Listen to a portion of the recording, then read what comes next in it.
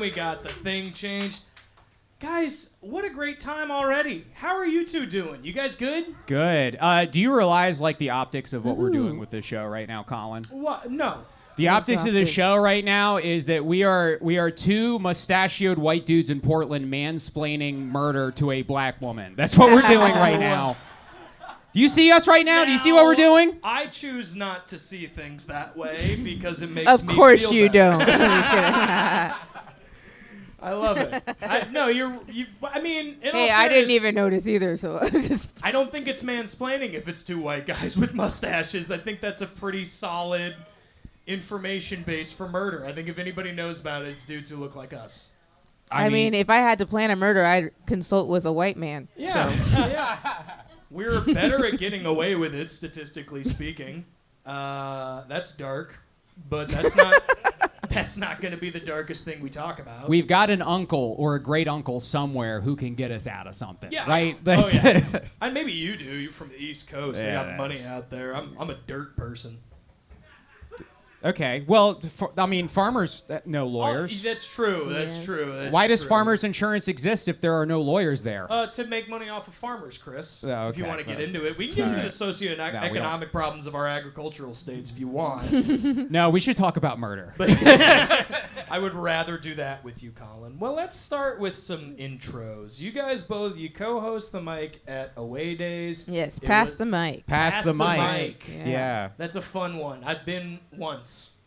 And I did OJ material right after OJ died, and some guy walking by laughed and then kept walking. Which I thought that's pretty good for an open mic. I don't know. Yeah, that seems like what happens at that mic. Well, it's a nice open room. If you guys haven't been there, it's a cool little brewery vibe. I would check it out. But you guys I don't usually do this, but you guys both have like fun niche shows like this one going on. So when and where, Imani, is Friendly Feuds happening? Yes. Plug for the people. Friendly Feud is like Family Feud. It's a game show, and it happens at Funhouse Lounge on the last Sundays of the month. Hell yeah. Yeah. Funhouse Lounge, last Sundays of the month. Is it going to be open for this next one? Yes. Fuck The first one yeah. is May 26th. Hell yeah. May 26th, Friendly Feuds. If you want to see this, but with more comics and less death, that. And more just games. It seems Yeah, more it's fun. just like, it's just games, you know? Are you the Steve Harvey of it? Or are you I am the Steve rocking Harvey. so you get a mustache that day. Yeah, I You gotta should. get you like a good one. Like people won't even be able to tell it's not real. Yeah. I got a guy. I got a mustache guy for you. Thank you. And Chris, you do also mostly at Funhouse Lounge. Leave Your Troubles. Describe that for the people. Yeah, leave your troubles at the door. I do it a bunch of different places, a bunch of different cities. What you do is the audience comes in, they write down their problems, they put them in the various troubles boxes, and then during the show, your problems pop up one by one on a screen, and comedians have to riff jokes, maybe not about your problems, but at least like using like information you put on the screen, and sometimes about your problems. Yeah. But yeah, it's a really fun show. You never know what's going to happen. You never know when problems are going to pop up. Honestly, some people come to the show just to see what the tea is. Yeah. That's what it, and they bring their friends, and then their friends break up, and it's fun. So that was my next question. How many relationships have you ended through your fun little comedy show, Chris? Here's the thing: they were on the rocks already. Yeah. They No, it's just- not. They But just some of the things people are asking, yeah. they just for decided help on to it. do it very publicly. Yeah. The last one we did for Rip City Comedy Festival, Yeah. somebody put up, I want to break up with my boyfriend, but I don't know how to do it, and they were there with their boyfriend. Yeah. Don't do that, guy. But that makes you essentially the Jack Kevorkian of doomed relationships. You're like, they were terminal already. I just helped them over Yeah. the hump. Yeah, and here's the thing, the show's fun. We make some funny jokes, and even if you are breaking up, at least you're laughing. Yeah. It's good to laugh when you break up with somebody. That's exactly what that person wants immediately. Yeah. I'm like, I don't think this is gonna work anymore. Yeah. Anyways, let's get into something more. This is Murder Casserole, guys. Yes. This isn't. Stabby lasagna, as I've been referring to it. Stabby Because I like lasagna. Garfield, so I've been referring to this show as Stabby lasagna for all That's week. fun, and he might show up. Ooh, Garfield? He's not. We didn't book Garfield. I'm sorry. I hope so. Tried. But I'd be so happy. I want to ask though, Imani, how are you with casseroles? What's your favorite casserole like filling? What's a casserole? What? Like a hot dish? I'm just fucking with you. I like green bean casserole because it's literally the only casserole I've ever had in my life. Really? Yeah. Never had funeral potatoes? No. Oh, you gotta have some funeral potatoes. Go to a funeral in the Midwest. I think casseroles are a Midwest thing. I don't think is. that they're. Because I was gonna be like, I don't eat white people food, but that's a No, lie it because is. I'm biracial. So there's like my mom. I don't want to be like, but to other Imani was on our scene's other Imani was on the show, and I asked them this exact same question. They're like, I don't eat white people food, so I don't know how to answer that. Well, like, well, you've had a lasagna. That's a casserole. I've only ever had Stofers. My family never made a lasagna before. That's okay. Yeah. We'll make a good breakfast food casserole with the hash browns and the eggs and sausage. That's the move. I don't eat eggs. What? All right, I'm done trying. Chris, different question. Yeah. Say you're going to get murdered. Okay. You get to pick the method. Okay. Which would you prefer? What's the? How about like in a? Okay, it's got to be a rental. All right, it's got to be a rental. I don't want to die. rental I don't want to car? die in a vehicle that I'm familiar with. Oh, okay. So it's got to be a rental. Great sound system. And we're gonna go to the carbon monoxide if it's possible. It's got to be a rental okay. that's got that thing, the safety thing that you're supposed to. They're supposed to have fixed, but Yeah, but Yeah. it doesn't, and you're gonna go into a garage and garage. that's dark. Jam That's- out. That's a very convoluted murder plan. Isn't like- that painless? No, No, I don't. Oh. it's actually very painful. Is it really painful? Yes. Oh, I didn't know that. Yeah, a lot of people think you just go to sleep. No, you suffocate. Oh, you suffocate? It's poison gas. You vomit all over your. It's horrible. Oh, It's really? a horrible Oh, way to die. shit. Yeah, it's not. There is. Let me say this, and I'm not just doing this to be like new age in 2024. There is no painless way to commit suicide. Okay, there's not a single Damn. one. The There's ma- the least painful. This is a weird. Why did we? I asked the question. The MASH theme song lied to us. What? Does anyone remember the MASH theme song? I didn't study the lyrics, Uncle Chris. Suicide is painless. That's part Oh, of okay, it. I forgot That's that. You got me there. There you go. got me There you go. Thank I mean, I'm sure you're gonna get hit with a copyright infringement on YouTube. Oh, now. definitely. They're going to get us for that. No, it's under a minute. We're good. Let's get into some murder stories. That's Let's do what it. everyone's here for. Let's We're do gonna it. do it with Yeah. my fucking notes. Yeah. There we go. There we Let's- go. let's- So this first case, we pick a theme and we do 3 murder cases that we talk about on every episode on a theme. So this month's theme is killer couples. Oh yeah. These Oh, are couples, yeah. romantic entanglements who killed people together. Isn't that pretty fun? So the first one we're doing, bing, these 2 guys. You ever seen these guys before? Do you know these guys based on their looks? No. They are English. That's points. We got you there. Yep, they are English. So these guys, that guy there on the left is Ian Brady, and that lady is his girlfriend, Myra Hindley, also known as the Moors Murderers. And they were a team of serial killers who killed 5 children in the 1960s Oh my God. in Manchester, England. Was it their children? No, Oh, random okay. kids. We're gonna get Oh, into that's it. why. but Yeah. The Wow. Smith song. I don't know if any of you are into sad British guy music. The Smith song "Suffer Little Children" is about these 2 fuckers. Oh yeah, I always skip that one. Yeah. I always skip that one That's when I for the listen to the best. album. My favorite song is that the night has opened my eyes. Oh, It is- yeah. I like that The song. dream is gone, but I can't. I It's don't a want good one. Yeah. No, get into Smith's. Keep doing songs. That's why I booked you. Heaven knows I'm miserable now. That's a good one. That's a good one. Looking I for a also- job. That's like a Portland theme song. Yeah. I was looking for a For a job and I job, found a and job, and now I'm Heaven miserable. knows I'm That's miserable yeah. now. That's Dude, Portland. To like the Smiths is to know that Morrissey is a massive piece of shit. He is. Yeah. And every time you're intently listening to Smiths, you're your worst version of yourself. Okay? That's not a judgment. That's just a fact. All right. So how about these kids? How about these kids they murdered? So 2 of the most reviled British people of all time, which is saying something, like I said, killed 5 kids/teenagers in the early 60s burying most of the bodies on the Saddleworth Moor outside of Manchester, hence their nickname, the Moors Murderers. So Ian Brady, the guy, was born a bastard edgelord in Glasgow, Scotland in 1938. He was an illegitimate child. His mom had him out of wedlock when she was a teenager. He got bounced around to a couple of different adoptive homes before eventually moving back in with his mom as a teenager. And he was always just kind of, people were like, he's really smart, but he's a fucking weirdo.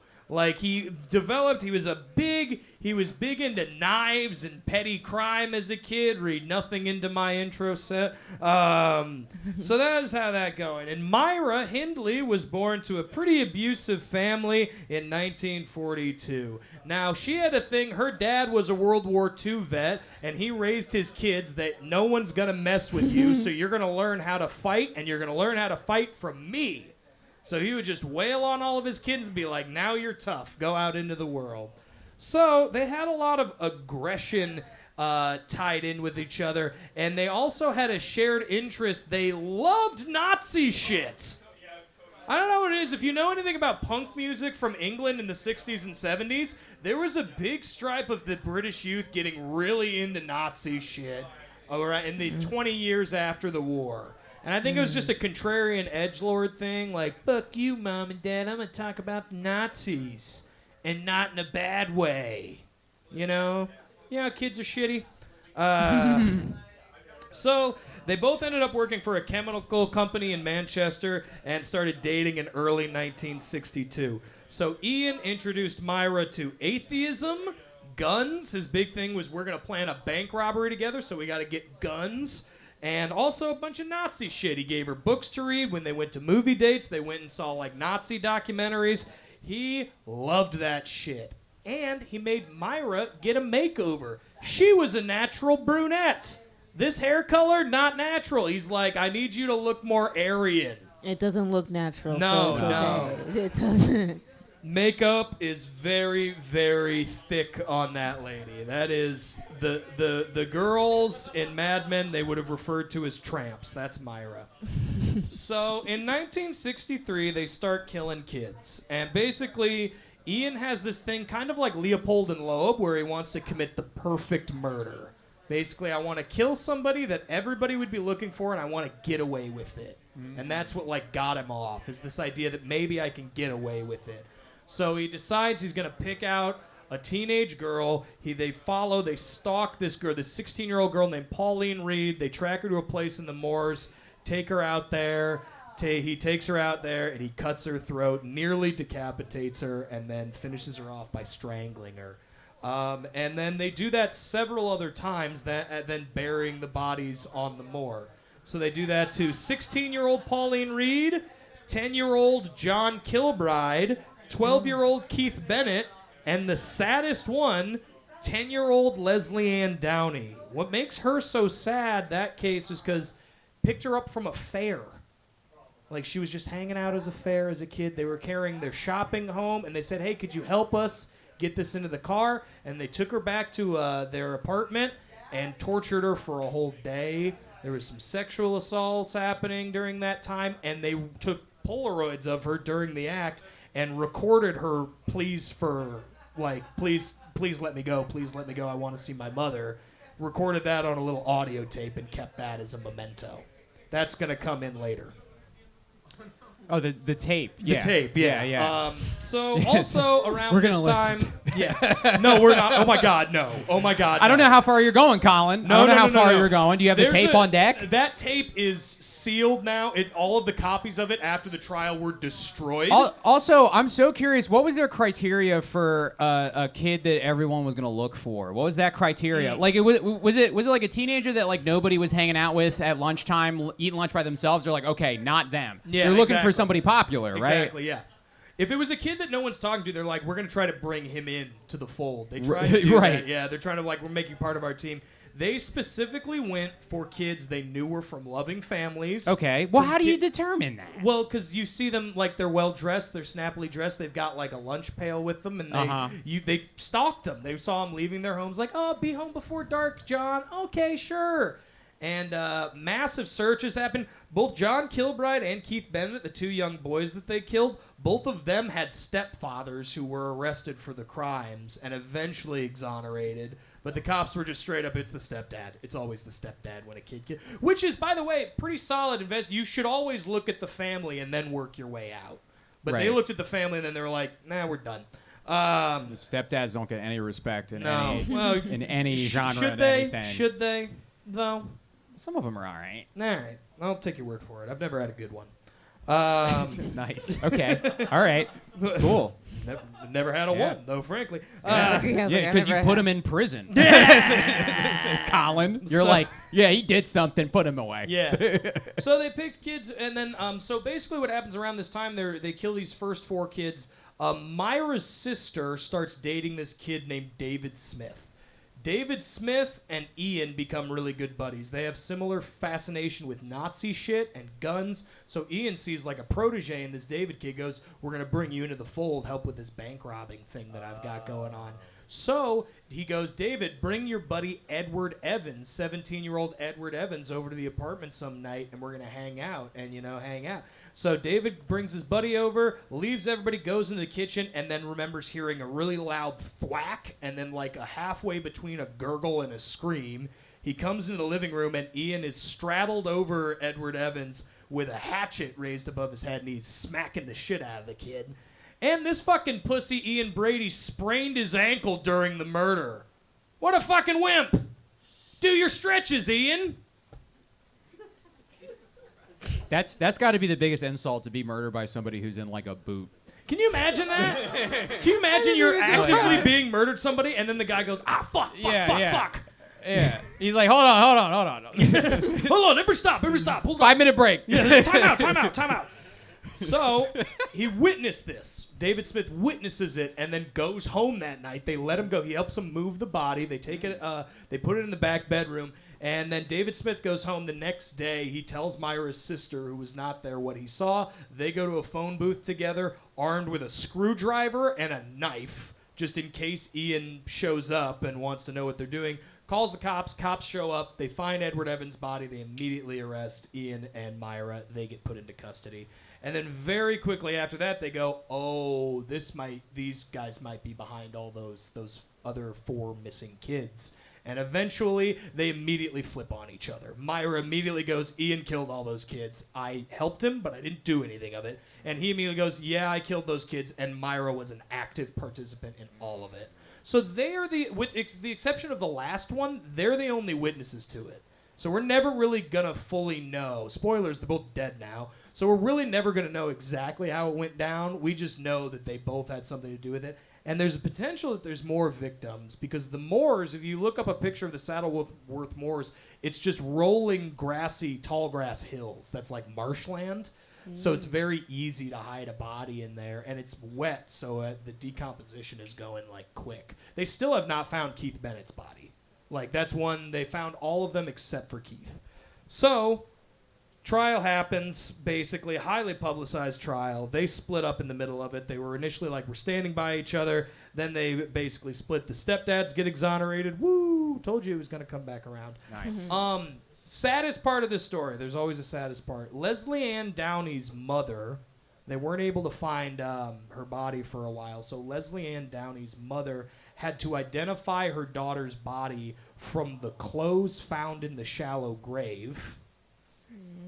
Like, just, are these your daughter's clothes? And then they played the tape that they found in Ian and Myra's thing. So the only way this woman was able to positively ID that her daughter had been murdered was by her voice saying, I want to see my mommy, please don't kill me. Like, yeah. I'm sorry I laughed in the middle of that.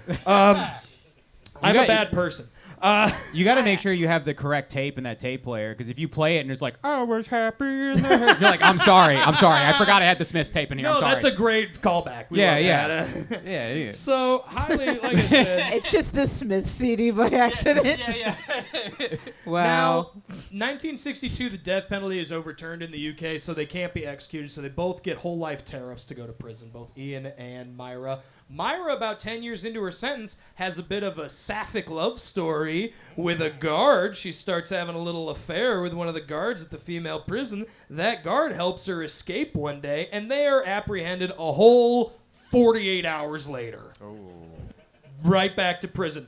Can you imagine how much that sucks for that prison guard? You threw your whole life away, and now you're in prison as a former prison guard. Also known as the only person in prison less popular than a child killer. Yeah. Yeah, what a terrible prison guard to immediately be caught. Yeah. Like, you couldn't figure that out. You work for them. Yeah. You should know what they do. Yes. Yeah. Ian Brady eventually continues asking, please just let me die, let me kill myself. I do not want to live in this prison anymore. He goes on hunger strike multiple times, but because that violates prison terms, he gets force-fed to keep him alive. Wow. Like, older pictures of him elderly, he's got a feeding tube in his nose because he refuses to eat, so they just got to hold him down and, like, squeeze raw eggs into his face just so he doesn't starve to death. Yeah, this is a pretty good guy. Myra's sister Maureen married that guy David, the guy who witnessed the last thing. They have an extremely unhappy life after this because David, everybody thinks he was involved in the murders, and he's just out walking around. So he's constantly getting the shit beat out of him by just random people. It's a big media circus for this trial. So people are constantly like, you're one of the Moores murderers, fucking piece of shit, and just beat on him. And eventually, he has to defend himself in one of these altercations and ends up stabbing the dude who attacked him to death, spends the rest of his life in prison. Or most of his life. I think he gets out right at the end, fucks off to Ireland, and dies of old age. So that's the happiest, like, case scenario. Keith Bennett's mother continued writing letters for the rest of her life. I like the adjective of happy. That just came up. Yeah. So Myra died in 2002 being a lifelong chain smoker. She dies of throat cancer. And then Ian dies after I shit you not, having to be force-fed for about 23 years straight. Dies in 2017. What? Just tiny. They're just like, why don't you let me die? Why don't you just let me die? And which I'm on his side on that. Let him fucking die. Let him kill himself. Wait, he wants to starve math to death. On that? So this happened in the 60s. So they were convicted in 65. So he would have been in prison for 52 years. How old was he when he died? When he died, if he died in 27, he was born in 2017, 1938. So that would have made him 79. Woof. You know, when I went to church as a kid, they told me that if you honored your mother and father, you would live a long life. Yeah. These people must have been great kids. 'Cause damn. I think Myra got abused at home like many serial killers. That's what I'm thinking. Like, yeah. Ian, I think, was more neglected. That was the type of abuse. He just got into his own shit. Probably had really shitty role models, from an early age. He was a street kid. He was just one of those guys who's like, you ever seen Green Street Hooligans with Elijah Wood? And it's about soccer gangs in the UK. Go home and watch that, and then you'll know what I'm talking about. All right, fuck me. All right, that's our first story. Yay, we got through one. Yeah. They're going to keep getting worse. That was a light one? That was chill. Oh, okay. Yeah. Let's see how many people we can walk by. That was the PG one. Yeah. But now let's get into some news. We all want true crime news. Yeah. Yeah, we call this the blue news. So, because these are sad. But let's start it off with a nice little local story. So, a Portland, Oregon man named Christopher, I think it's Lovrian, he killed his neighbor Kenneth Griffin a few years back with a crossbow. This happened in 2020. He was just sentenced to life in prison for this crime. Yeah. A crossbow in 2020? Wait, was this before or after the pandemic hit? I don't know. Because after the pandemic hit, I swear to God, there were people walking around like the world's over, and they like had weapons. Yeah, crossbows. Yeah. I could see that happening. I could see a guy out in the woods with a crossbow, and he's just like, "Hey." No, it was his neighbor. Neighbor, next door his guy. Neighbor. And then he killed him and then hid his body in a shed. Over what? I don't. neighborly disputes. No, there's well, no reason. we do have a quote from the killer. If you Oh, want Was to he get the some upstairs insight. neighbor or the downstairs neighbor? Because I want it to There's be upstairs. so he kills his upstairs neighbor. Okay. I want it to be. But we have a quote from Christopher who said about the murder. He says, "But Ken was the one who thought crossbows were just for pussies." Oh, that's a real quote? No, I made that's a joke. Oh, okay. All right. It was a joke. I paid someone to write that tag. Oh, really? Yeah. And then, like I said, they left the body in the shed. Okay. Yeah, which is funny because that resulted in an extra charge for Mr. Lovrian of abuse of a dead body. After Do you the know fact. where in Portland this happened? I want to say I think it was out east towards Gresham because the big thing it just said Multnomah County. I say Portland, but any town in Multnomah. I don't know. There's like the Gresham and Hillsborough and shit are in Multnomah, right? No. Oh. Hillsborough's in Washington County. Oh, okay, my bad. Gresham, parts of Gresham are Clackamas County and some are Oh, okay. Multnomah County. I don't know. I don't know either. I don't know forgot why to I change know the this. slide. There we go. I work at a UPS store, that's why. Oh, yeah. You want to know if this crossbow And I'm guy a is notary, so I kind of know what in your states are. neighborhood. I don't know what neighborhood it was in, and it Yeah. took me a minute. No, in my head, I think I remember hearing about this, and I feel like it happened on Division. Oh, really? okay. That's Right why I'm over like, I there. don't know That's pretty fun. what area of Division. Probably the numbers. Yeah, In the Oh, numbers. In the numbers. Yeah. But Body in the Shed got an abusive dead body charge slapped onto it, which I think is unfair. We don't know if he wasn't just using it as decoration. Or target practice. Yeah, I mean that's what I would have done. Target More, practice. more with the crossbow. Yeah, Yeah. I don't understand how people kill people. It's kind of gross. Yeah. You have to, Yeah, like, murder is like kind of rude. It's kind of icky. Yeah. Murder is like the rudest thing you can do. Yeah, It's pretty rude. it's Like, you're downright not- doggish. You're not thinking about the other person at all. No, you're not. Like, they don't All like right. that. Next news story. A Colorado woman's death has recently been ruled a homicide due to all the animal tranquilizers found in her system.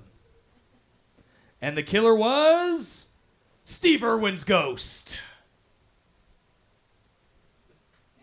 Thank you. Animal jokes. He's the Crocodile Dundee guy, Crocodile Hunter guy, the one who was killed by that was not a Yeah. good joke. Yeah. I should have gone with the Dr. Quinn medicine woman tag. Fuck! Oh, there's a Dr. Quinn. Oh, yeah. This is the right Yeah. place for a Dr. Quinn medicine tag. It's right here. All right, moving right along. 3 American surfers were recently found murdered in Mexico. They were shot and then thrown down a well. Yeah, the killers were allegedly reenacting a deleted super dark scene from Point Break. It's about surfing. I was like, what's that? These references aren't hitting, and they remade it too. This is fun. I like this. Also, the prosecutor, Mary Elena Andrade Ramirez, is quoted saying, "Maria's fine." You may have not seen Point Break, but you've seen Colin break because he's losing it. No, I'm just kidding. No, you got it. I'm sweaty naturally. Yeah. This isn't nervous sweat. This Yeah, is just, yeah. This is just life. I honestly thought Colin break would get a bigger, but it's okay. Yeah, you so know, it's not. it's all right. It's not all home Maybe runs, Chris. I need a writer. Yeah, work that into your budget for Leave Your Troubles. We have somebody who just makes up problems for people to deal with. Just interview my sister. She's got plenty. Oh boy. Oh boy. Oh boy. If she goes missing. It was me. Good one. He said Good one, someone. good one. He Yeah, said yeah. someone check the Moors. That was a good callback. Let's shout it out. Good job. Thanks. Yes. Yeah, that was good. All right, the ski collision death of a 71-year-old man in Jackson Hole who was a ski instructor is now being treated as a homicide, despite the fact that ski resort patrons not thinking that those laws applied to them. Wait, so he's a ski instructor, was, or he yes. was. I guess he's dead now, but Yes. did he? How was the collision? Like someone purposely ran into him? No, so he was skiing downhill and somebody didn't get out of the way and he ran into another person and he died. That's not his. Like that's not their fault. That's not the other guy. Yeah, they haven't even released the name of the other skier, even though they're clearly who they're charging it with. I wonder if it'll be like negligent, like manslaughter. or I've something always like that. wondered this, like, because I used to run track. I tried out for the track team, got it because it was like everybody who tries out is on the team now type deal. And like I remember thinking how funny it would be if I like tripped somebody while they were running. But then I thought to myself, what if they like hurt themselves like badly, and then I would get in trouble for it? Like if they died, I would be a murderer. Now, I almost said, I think it's a good thing, Imani. I think this is because it means you're not a murderer. But then your immediately concerned was, I would get in trouble. Not this person is hurt. Well, duh, they're hurt, and that's why I'm getting in trouble. Is because hurt is part of life, she says. I was always afraid of like the most random things happening, like off of one small thing that I did, like very Final Destination. I was afraid to spit my gum out while I was driving. Like I was gonna spit it out the window, but then I was like, what if a tire runs over the gum? It gets stuck. The tire now, the car flips, causes a like 20 car pileup on the freeway because of a piece of gum. I was a big Mario Kart kid, so I've never thrown a banana peel out a window. That's you're asking to catch a case. I don't throw anything out the window of my car. Well, Lottie I fucking might like ash out the window I of ash the car. out. That makes me feel cool. I also just bought a truck, so I've been smoking cigarettes in it. It's great. That's what truckers do. Feels cool. Been smoking cigarettes, listening to weird tapes. Listening to it's like, she screamed differently in this one. I knew you listened to the tapes. I knew you listened to the tapes. You can't get the tapes. You can't get the. He looked for him. I tried really hard, guys. We got him. You can't find the we got tapes. Him. We got him. They've been sealed. I'm still in litigation with the British government. It's a whole to-do, all right? Let me just call 911. Yeah, Imani's, She's bringing up the numbers. Maybe I should record this. Just yeah, it is being recorded. It is. Good. I would be more worried if it wasn't going on YouTube. I'm pretty sure that's the murderer's favorite platform. YouTube, yeah. Second only to Twitch. I thought Netflix was number one for murderers. For serial, that's yeah. You get that doc. You got to get that doc. If you're a murderer and you do not have a Netflix doc, you got to be bummed. It's like being a stand-up comic and not having a special. It's like you got to be bummed. It's like, man, I just got the Amazon one. You're like, I'm in prison and nobody knows that I did it. I killed somebody and I only got a Tubi. Like what the fuck? That's crazy. It's on Tubi. They're like, what's that? You're like, I shouldn't have killed that guy. Tubi specials are the participation awards of comedy. All right. I know comics with Tubi specials. I was like, give me a Tubi special. I'm okay with it. It's like, hey, you did a good job. All right, this last one's personal to me because it takes place in my home state. Oh, boy. An Iowa mother is sticking up for her 2 adult sons who stand accused of shooting their abusive father and then dumping his body in a ditch. Yeah. Now, being from Iowa, I can tell you, ditches, funeral homes, pretty interchangeable. We got some good ditches back in the Hawkeye State, all right? This is the best case scenario for that. He was going to wind up in the ditch anyway. If it wasn't his kids shooting him in the face, it was going to be wrecking his Chevy Silverado against a snowbank.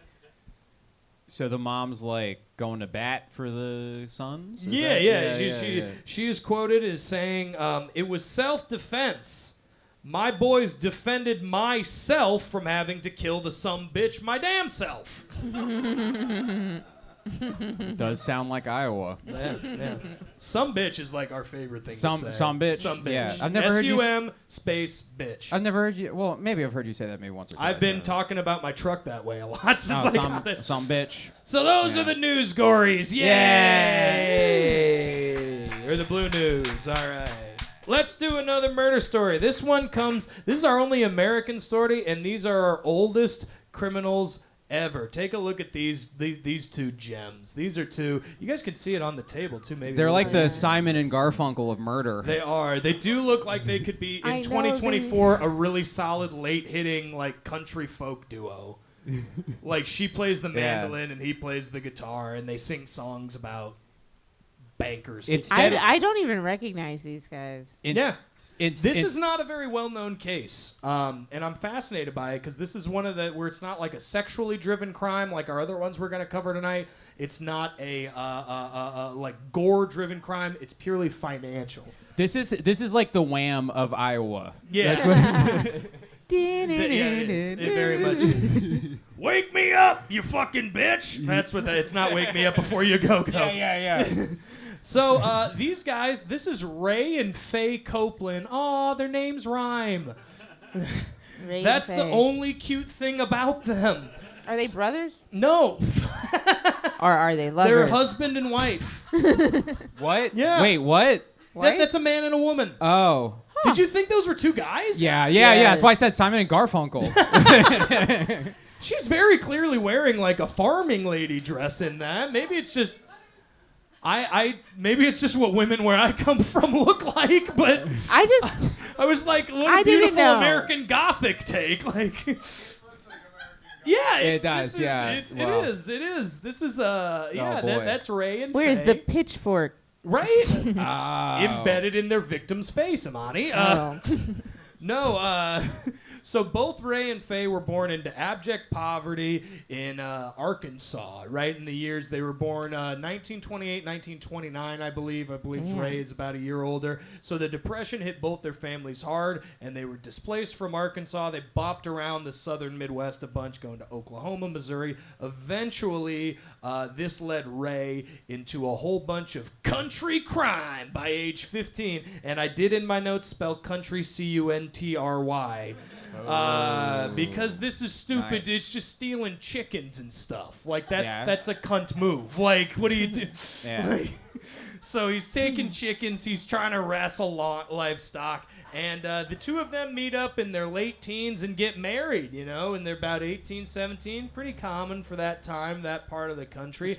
And late. eventually, they have 4 kids. The funniest part of their 4 kids is their oldest son is named William, and their youngest son is named Billy Ray.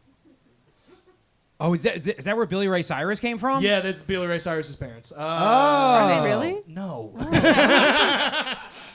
And eventually we I get told Miley. you I didn't know who these people were. It's okay. And you said the South, so Yeah. I They are figured, the South. It gives Yeah. Wrecking Ball a whole new meaning, honestly. Yeah.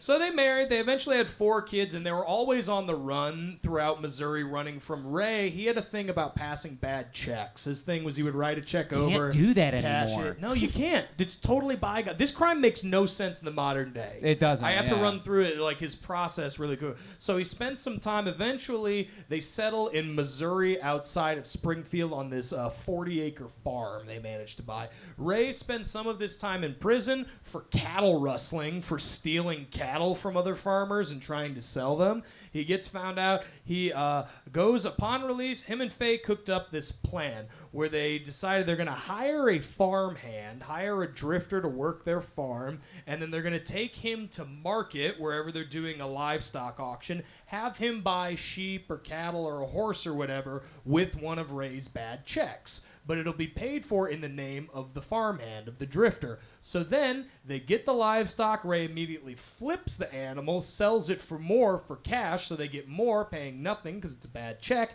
And then to eliminate witnesses, they kill the farmhand. That was their method. Just like wait till he's sleeping, 22 rifle, put it right behind his ear, pop, bury him on the farm.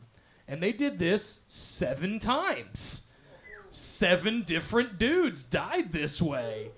And the only way it got found out was this one guy, Jack McCormick, an 18-year-old kid who gets hired as a farmhand, gets roped into this thing, wakes up as Ray Copeland is trying to murder him. You imagine waking up, you're living in your boss's house, like in their shed, basically, working the farm, and you wake up to your boss pointing a rifle and being like, oh, shit, he's awake. And then, he tries to play it off like, I wasn't doing anything, I'm just messing around. So Jack McCormick immediately runs away from this place, runs right to the police and says, the Copelands tried to kill me or whatever, and I'm worried because I'm pretty sure I found a bone there, and I'm pretty sure it was a human bone on the property. Cops go out there, and the thing is they immediately, a lot of times in these true crime cases, the cops are really inactive, and you'll see how they're like, oh, they ignored that for too long. And this was a case where as soon as they got a tip that Ray Copeland was doing something fucked up, they were like, oh yeah, that makes sense. That guy's a fucking asshole. He had a horrible reputation in town. He was like the old grouchy man. Look at him. Look at that guy. You don't want to go, if you're a teenager, you don't want to go tipping that guy's cows because you're going to get an ass full of buckshot. Buckshot is a shotgun round. I feel like I need to say, this is Oregon. We don't love guns. He definitely seems like he is mean to people in customer service. Yeah, for sure. He yells at the checkout lady at the grocery store. Yeah, while he's writing her a bad check. Yes. So, police go to the farm. They investigate. They excavate. They find the remains of 7 young men, like I say. Also, Faye signs their death warrant, signs their prison sentence, pretty much because she kept in a little diary, she kept a ledger of all of the farmhands they hired, scammed, and then murdered. So she's got their names, she's got the dates they showed up, the dates they killed them, how much money they squeezed out of them. It is just a handbook leading them right to it. And, nicest part about this story, Faye made a quilt out of all of her victims' clothes. Oh. Isn't that sweet? That's some Fargo shit right there. Like, I kind of love that. Say what you want about Midwestern country folk. We don't fucking waste shit. That snap button shirt was not going in the landfill. It's crazy she kept a ledger. Like, you couldn't do that now. Like, QuickBooks does that for you now. Like, you don't have to get a ledger. QuickBooks. You just write in the name, and QuickBooks is like, well, when did you murder him? it's a little, it's like Clippy pops up, but Yeah. I don't know. Use It's it for her taxes later. Yeah, exactly. She was up on the taxes. Yeah, she was, well, you want to keep record. And, like, also, like, again, this is a fun story for me because I feel like I know people much like the Copelands. Like, the Midwest is full of pretty dark people. And this is Missouri. This is just south of where I'm from. So I know these guys, you know. And my grandmother had her family Bible, and everything big or small that happened in her life, she wrote in the back, like, blank pages, like children's births, deaths of relatives, like, oh, Richard got a new car today, like, put that in there, everything. So I'm like, well, of course. Her Facebook was the good book. Yeah. That's so right. funny that she did that at the end of the Bible with the blank pages. So it's like the Bible ends, and she's like, anyway, a little about me. My grandmother was a very sweet woman who could speak English, although she was a native German speaker, except for when my grandfather was drunk, then she would refuse to speak English around him, and it was very funny to me. But anyways, that's a little sidebar. So despite the trial is super quick, they get proven guilty very quickly. They try to claim not guilty by reason of insanity. It doesn't fucking work. So they become the 2 oldest people ever sentenced to death in the United States. They both get the death penalty because it's Missouri, and they love zapping people there. However, neither would end up being executed by the state of Missouri. Ray died at age 78 a year after the trial. That lets you know how long they were doing this. They weren't apprehended until 1990. Oh. So this was like starting in the late 70s, early 80s, and going like a decade plus of killing people and forging checks. To get the money out of them. So it's like you talk about, is this a product, a process, or a missionary type of killing? A process is someone who loves the actual act of killing someone. You like seeing the light leave your eyes.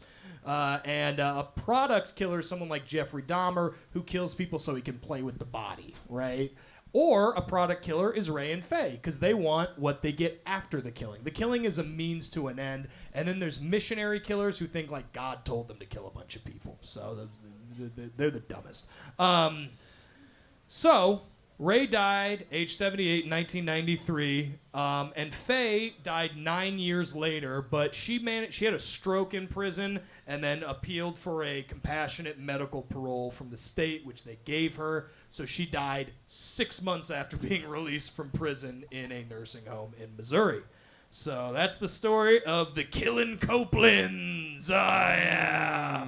That's another one down. Oh, I'm just boy. imagining someone like visiting their grandmother in that nursing home in Missouri, and then like she's like their grandmother's like neighbor, and they're like, why is she like so quiet? They're like, well, 1, she doesn't know how to talk anymore. And 2, she killed a bunch of guys with her husband. And I wonder, this story, fun fact, if you're a horror fan, if you know the movie Motel Hell, It's a Ooh. cult horror movie. It's Yeah. about a farmer who literally buries people up to their neck and then feeds them food in the ground to plump them up and then butcher them and sell the meat as pork. It's based on these guys. Oh. All kinds of critters make Farmer Vincent's fritters. That's from the movie. So for this next part, we're going to play a little game, a little trivia game. I would love a volunteer from the audience that is preferably not a comedian. No offense, guys.